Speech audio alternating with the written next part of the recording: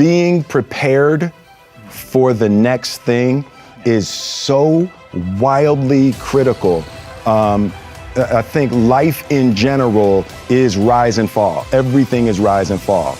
And there's been a couple times in my life where I got caught holding on to the last wave while it's dying. You've got to be, when you're grabbing that first one and you're holding it, it's going to be there, it's fantastic, but you got to know that you're going to have to let go at some point, because the same thing that saved your life, if you hang on, it'll kill you. Taking responsibility, accepting responsibility is not an admission of guilt. Like you're not admitting that you're at fault. Taking responsibility is a recognition of the power that you seize when you stop blaming people. It's not like you're letting somebody who wronged you off the hook. Like, taking responsibility is an act of emotional self-defense. Taking responsibility is taking your power back. The thing is, and when I started, I had all these grand ambitions of what I wanted to be and what I wanted to do, and I want to be the biggest movie star in the world.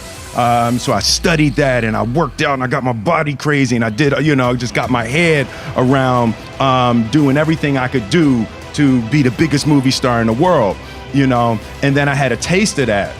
And I realized that even though I had achieved all those things, on the inside, I was still that same insecure little boy that was trying to prove something, to girls that had cheated and to my father and all of that, and that you can't achieve your way out of your childhood wounds and traumas. You can't fake it. You can't fake it, right? So then I made the shift, and what I realized is that the only sustainable mission throughout your whole existence is to improve lives. And as soon as I made the shift in my mind from trying to be big and trying to have money and trying to be popular to making sure that I improved lives every step of the way on this earth, then all of a sudden I started experiencing healing. And Alfonso was one of those people that was right there with me, making that transition from product and winning to love and people. It's like everybody was sitting at home looking at their devices, right? When what felt like a new atrocity to some people, but was happening over and over again for African Americans. And for this to happen in this time for the whole world to see what we've been saying for hundreds of years. Yes. My grandmother taught me to try to be thankful for these times and these opportunities, to try to be thankful for your pain, and we are in a circumstance that we've never been before. The entire globe has stood up and said to the African American people, we see you and we hear you. How can we help? We've never been there before. I've never seen myself as particularly talented. Where I excel is I'm willing to die in the process of acquiring skill. I look at the world through a lens of comedy, right? So my natural reaction is always, no matter when something happens and I can't even help it, it's why is that funny? My children, the most important thing is that they be encouraged to fully and thoroughly be themselves. It's funny, I learned a really valuable lesson in this, right? Because the network wanted to do one more season of The Fresh Prince. And I remember I was considering I was going to do one more season of The Fresh Prince, and we'd done an episode or something with John Amos. And John Amos came to me, he said, hey man, listen. He's like, don't overstay your welcome on TV. He was like, you're doing great stuff. He's like, you do not want to get canceled in the middle of a season. He's like, go out on your terms, the way that you want to go out, be able to say goodbye to your fans. Don't get caught. Okay. You know, That's good advice. and then so this was the 6th season, and I had an opportunity to do one more season, but I was feeling like the quality wasn't necessarily gonna stay up, and I decided to end the show in the 6th season. One of the most critical for me, and you know, it was 1986, and Girls Ain't Nothing But Trouble came out in June. So I had a record out a month before I graduated from high school, right? So first song, it was pretty much just in Philly and you know, DC, Jersey. It hadn't expanded yet, but it was time for me to start applying to college, and you know, my mother is a serious, you know, educational disciplinarian. It's like education was everything for her. And she could tell that I was kind of feeling like maybe I didn't want to go to college. And, you know, she told me that, you know, if I didn't go to college, that I was throwing my life away. And it's like, I understood what she was saying, but that just wasn't true for me.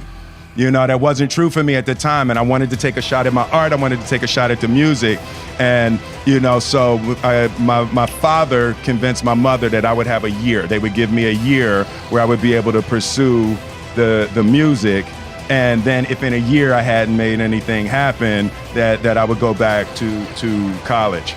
And in that year, we were nominated and we won the first Grammy ever given. You know, That's a hell of a 365. You know? For me, it comes down to, you know, after you get beyond the rage. Rage is justified under oppression. It also can be really dangerous. You got to be careful not to be consumed by your own rage. You know, and that's something that I've worked really hard on. And what I loved about the peaceful protest, it's like peaceful protests put up a mirror to the demonic imagery of your oppressor. And the more still you are in your peaceful protest, the more clear the mirror is to the oppressor for the world to see and for them to see themselves. You know, so I was really encouraged by how powerfully this generation was able to hold that mirror.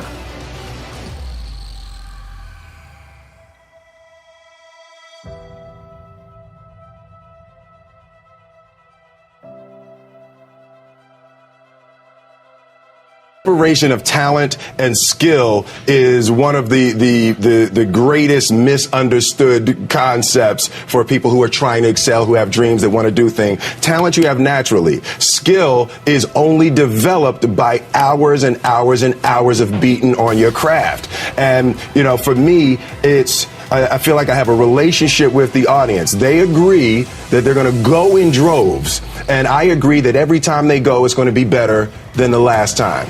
So I think that's part of the relationship, and I'm going to hold up my part as long as they keep holding up theirs. I think that the important thing is that there's one relationship that you have to maintain, and that's the one with you, right? And it's like, if you're not loving you, if you're not taking care of you, everything and everybody is second to you taking care of you. When you have bad relationships and when things go wrong, which they always will, it's like, you know, me and Jada be going at it, me and my kids, you know, there's heavy debates around things a lot. But first and foremost, when you are steady and calm in yourself, it makes it easier to manage the insanity that other people are going to bring to you. Because like, as soon as somebody else is off the hook, if you respond to off the hook with off the hook, the relationship's done. You know, so it's like taking care of you, centering yourself. The airlines got it right. Put your mask on first before attempting to assist others.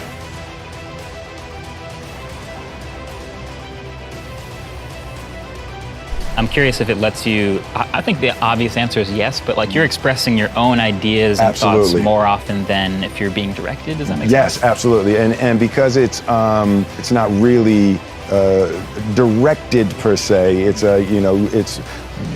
sort of half capturing real life. I